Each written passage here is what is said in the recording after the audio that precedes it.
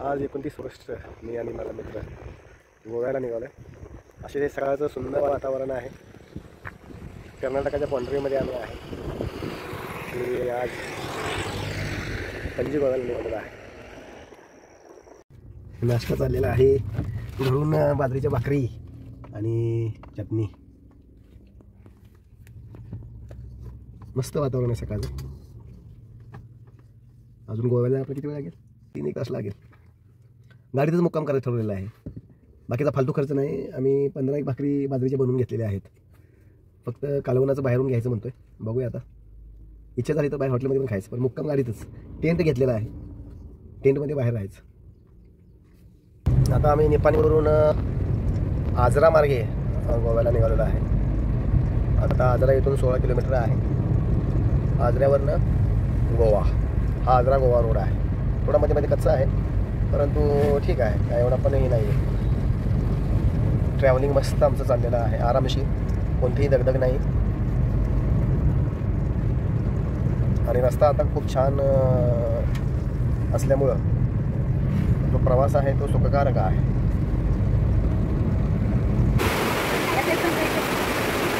आंबोली घाटातला धबधबा सुंदर वातावरण आहे.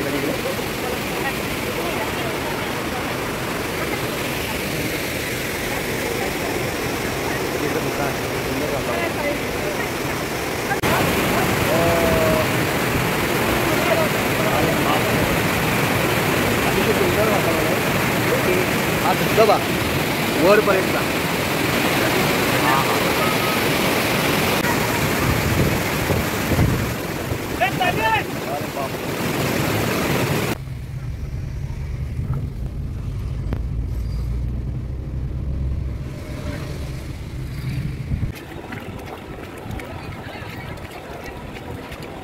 सावकाश.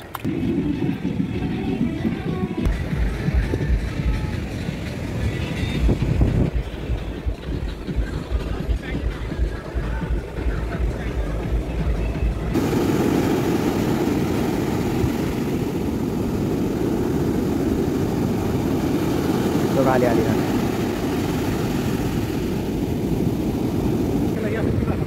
एक नाही पुढे पुढे.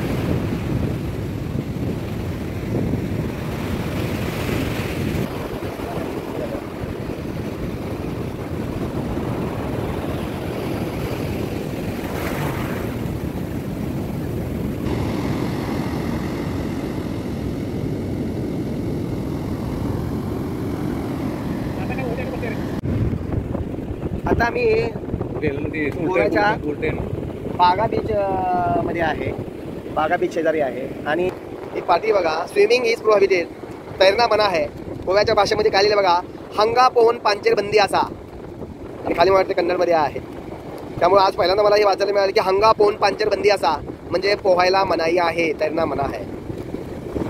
बागा बीचवर अशी पार्टी दिसली.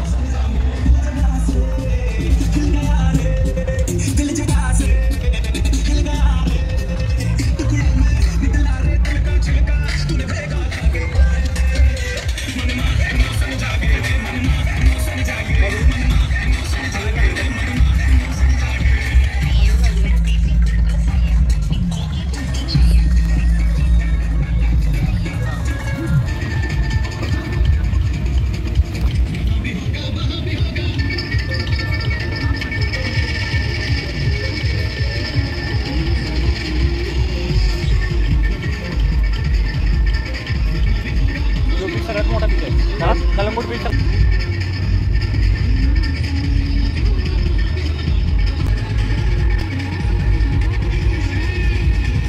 3 वाजेपर्यंत असते घरी. 3 होय. झोपायची सोय आमची गाडीतच. ह्या शीट ज्या आहेत या दिसतात, ह्या शीट स्लिप होतात इथून तिथून त्या उशे. आणि असं गाडीतच आम्ही झोपत होतो. आमचा हॉटेलचा जो गोव्यातला 4-5 हजाराचा खर्च आहे किंवा 3,000 2,000 पर नाईट तो आमचा वाचला. आम्ही दोघंच असल्यामुळं आणि वॅगनर आमची गाडी मोठी असल्यामुळे मागं सगळे हे साहित्य बसलेलं आमचं सगळे कपडे वगैरे. आणि ह्या सीट ज्या आहेत त्या स्लीपर सीट असल्यामुळं इथंच आम्ही गाडीतच झोपत होतो. काचा थोड्याशा हलक्याशा खाली करायच्या, पाऊस आला की वर करायच्या आणि झोपायचं.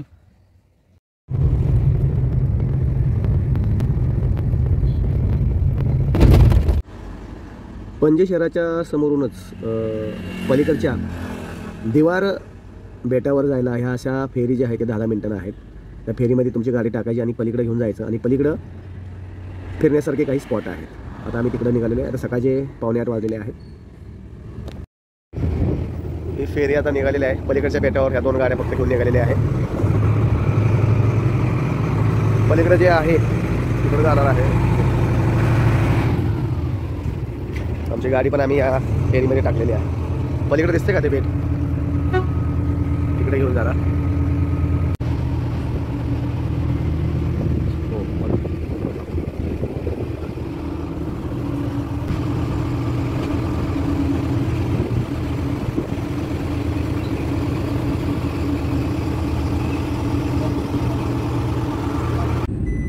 आता दिवार बेटावरून आम्ही चाललेलो आहे. जिकडे वाट फुटेल तिकडं जायचं आणि इथल्या बेटाचा एक वेगळा आनंद अनुभव घ्यायचा आहे.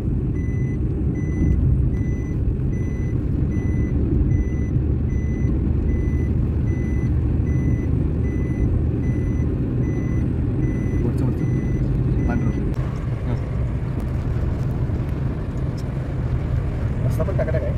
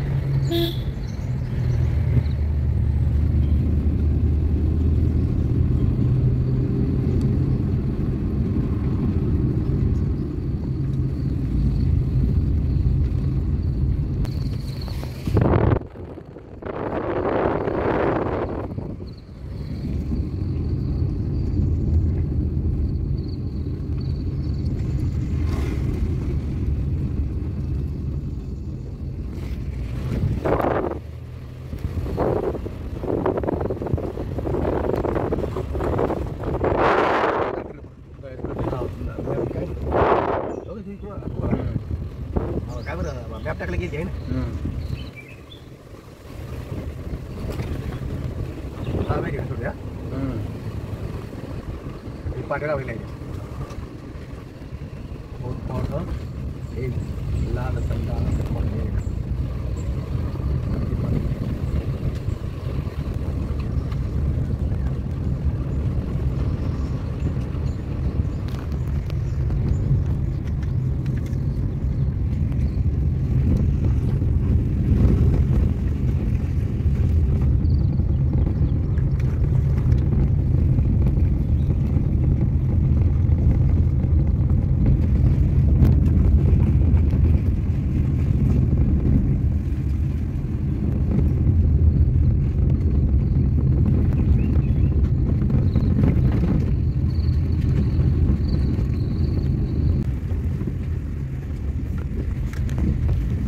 लोकांना मस्त वाटत राहिला.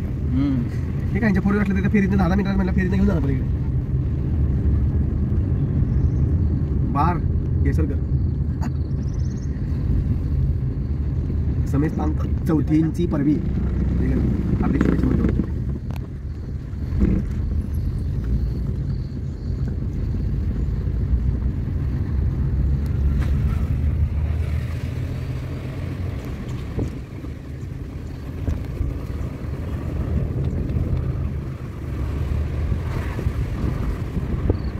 लॉंग ड्राईव्ह साठी म्हणलं ना मग.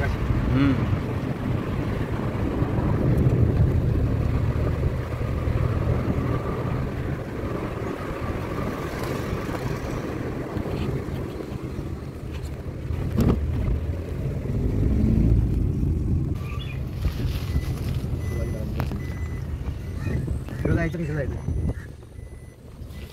फोटो काढायचं. आता दिवार बेटानंतर आता आम्ही साऊथ गोव्याला निघालेलो आहे. साऊथ गोव्याला हा जाणारा हायवे हा असाच पुढं मला वाटतं कोचीला जातो, बरोबर ना? कोची मँगलोर म्हणजे बँगलोर त्या साईडला जातो. आणि याच रूटवर आता साऊथ गोव्याचे बीचेस आहेत. बघूया.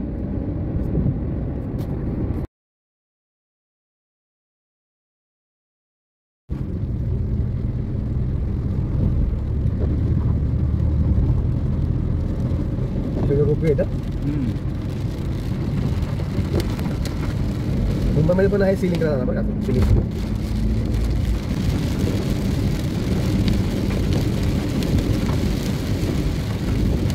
शांत एकदम.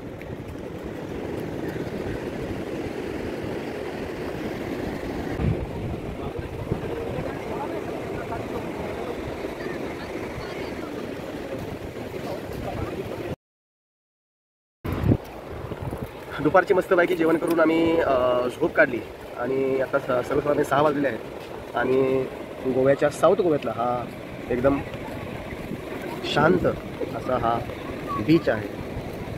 आणि हा बीच जो आहे हा या बीचचं नाव आहे कोलवा बीच.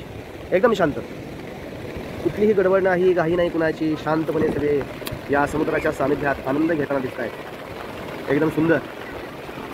आणि या बीचच्या डाव्या बाजूला खालच्या बाजूला बेसलिनिया बीच आहे, परंतु संध्याकाळच्या वेळेला फिरण्यासाठी हा अतिशय सुंदर असा बीच.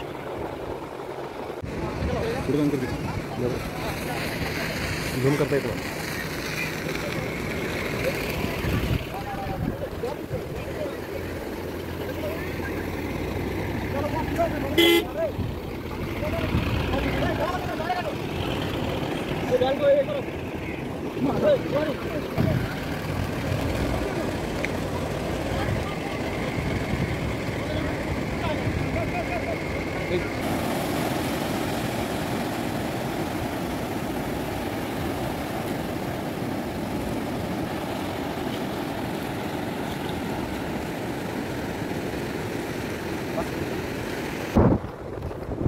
बेसलिना बीचवर हे असे हट्स आहेत, रेस्टॉरंट आणि हट्स.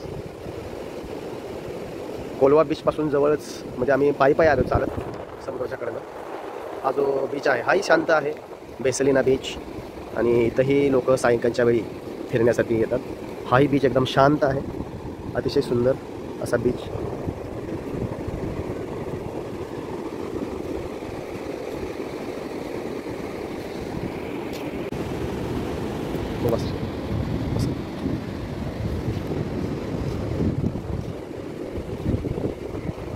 रिजनेबल हॉटेलमध्ये आलो. ड्रीमलँड रेस्टॉरंट, व्हेज आणि नॉनव्हेज. Dreamland restaurant. बांगडा थाळी आणि प्रॉन्स थाळी मागवली. आणि आमच्या बाकी पण आहेत, कांदे पण आले ते फिरायचे, त्यांना द्यायचे आणि खायचं संध्याकाळचं. गोव्यामध्ये आल्यावर फिश नाही खाणार तर आणखी काय खाणार? रोज फिश, मच्छी आणि परवडेबल. रिजनेबल हॉटेल बघायचं आणि खायचं.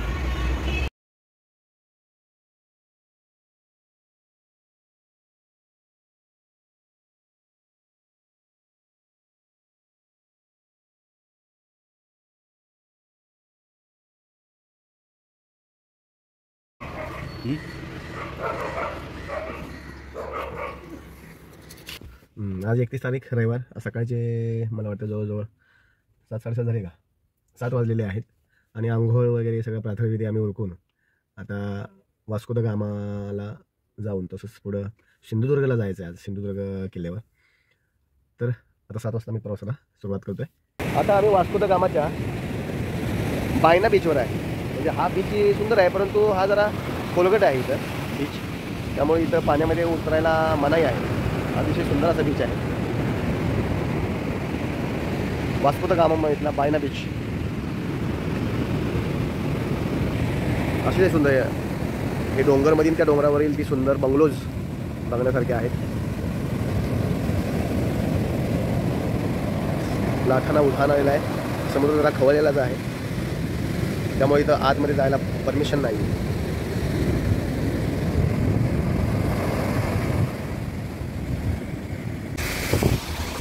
आम्ही आता पणजी शहरामधून आलो.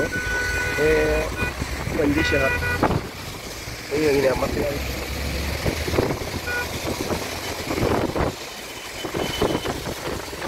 आणि हे पणजीचं बंदर आहे मला वाटतं. आता आम्ही सध्या मालवणमध्ये आहोत आणि हा सिंधुदुर्ग किल्ला मालवणचा. आणि या जेटीतून पलीकडं जाण्यासाठी फेरी आहेत, परंतु सध्या आता त्या बंद आहेत. 1 तारखेपासून 1 सप्टेंबरपासून सुरू आहेत. आणि या इकडे पलीकडे दिसतोय तो छत्रपती शिवाजी महाराजांचा उभारलेला पुतळा, ज्याच्या याला दुसरीकडून रस्ता आहे. आता आम्ही तिकडून त्या पुतळ्याकडे जाणार आहोत. शिवाजी महाराजांच्या या पुतळ्याचं दर्शन घेणार आहोत. हा राजकोट इथं छत्रपती शिवाजी महाराजांचा भव्य पुतळा आहे, मगाशी मी सांगितलं त्या पद्धतीने.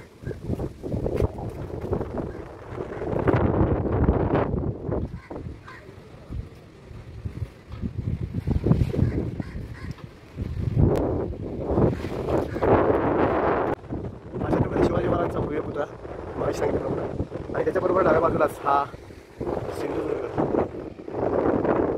आणि हा अथांग समुद्र.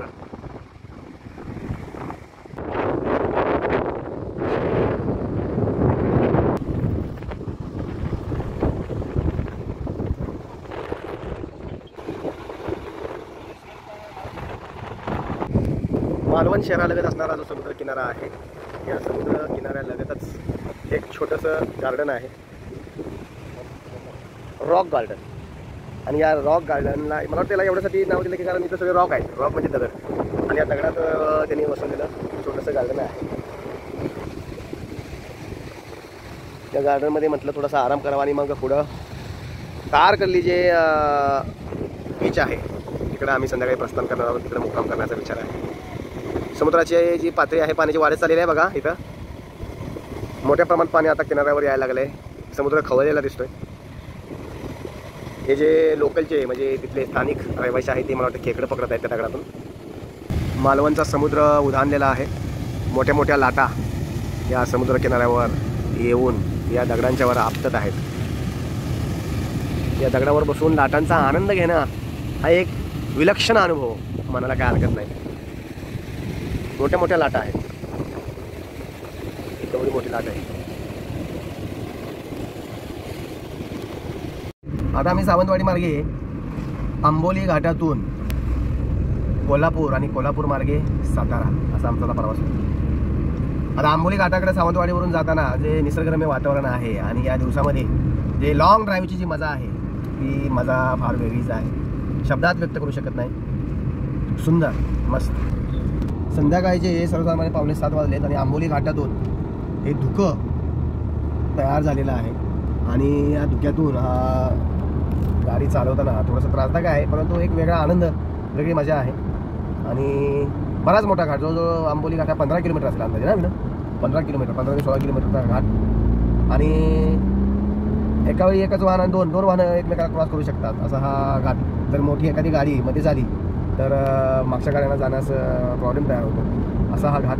आणि संध्याकाळचं 6:45च्या वेळेस हे धुकं पडलेलं आहे, परंतु प्रवास आमचा हा घाटाचा आता सुकर होतो. आता घाट संपेल आणि वेळेस हे धुकं पडलेलं आहे, परंतु प्रवास आमचा हा घाटाचा आता सुकर होतो. आता घाट संपेल आणि मग कोल्हापूरच्या दिशेने आम्ही जाऊ.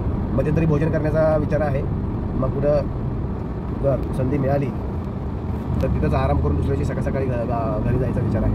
बघूया आता कसं काय. ओके. मगाशी मी म्हटलं तुम्हाला की आंबोलीत एवढं धुकं होतं की आम्ही गाडी पुढं जाण्याचं सोडून दिलं. आता म्हटलं जेवायचं मस्त पाहिजे आणि आंबोलीत एक मस्तपैकी रूम घ्यायची. पूर्ण गोव्यामध्ये आम्ही रूम घेतली नाही, महागडी होती म्हणून. पण इथं आम्हाला 500-600 रुपयेमध्ये वॉशरूम आणि हे मोठं बेडरूम, एक रूम छानशी मिळालेली आहे. म्हणून म्हणजे आज आंबोली घाटामध्ये आपण काय करावं, मुक्काम करावा. मग आम्ही आता आज या ठिकाणी मुक्काम करून उद्या सकाळी गावी जाणार आहे. आंबोलीमध्ये 600-700 रुपयेमध्ये रूम इथं मिळतात. 800 आम्हाला सांगितले होते. 600 रुपयेमध्ये आम्ही हा रूम डन केलेला आहे. मस्तपैकी आरामही होईल आणि फ्रेश होईल. मग उद्या सकाळी 7 वाजता गावाकडे निघून जायचं. सकाळचे 7 वाजलेले आहेत आणि आंबोली घाटामध्ये आम्ही रात्री मुक्काम केला. अजून 7 वाजले तरी अजून हे काही धुकं हटायचं नाव घेत नाही. कदाचित 8-9 नंतरच हे धुकं हटेल. परंतु आम्ही आता आंघोळ करून आता आपल्या घरी रवाना व्हायचा विचार केलेला आहे. पण अतिशय सुंदर असं वातावरण आंबोली घाटातलं.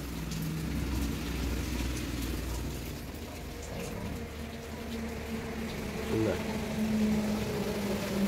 आज 1 सप्टेंबर, शेवटचा दिवस प्रवासाचा. आता सकाळचे 8:30 वाजलेले आहेत. आंघोळ वगैरे करून आता आम्ही आजरा मार्गे पुन्हा घराकडे रवाना होत आहे. वातावरण आहे, पाऊस पण हलकासा आहे आणि अशा निसर्गरम्य वातावरणात आमची प्रवासाला पुन्हा सुरुवात झालेली आहे. लॉंग ड्राईव्हचा आनंद विनोद घेतोय.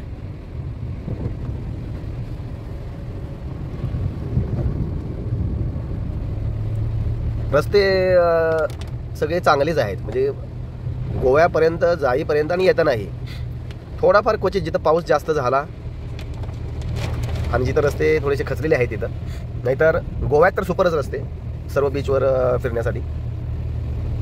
सिंधुदुर्गमध्ये जरा थोडेसे तारकर्ली बीचच्या दरम्यान जरा रस्ते थोडे खराब होते आणि छोटे रस्ते होते, नाहीतर रस्ते इथून तिथून आम्हाला छान भेटले.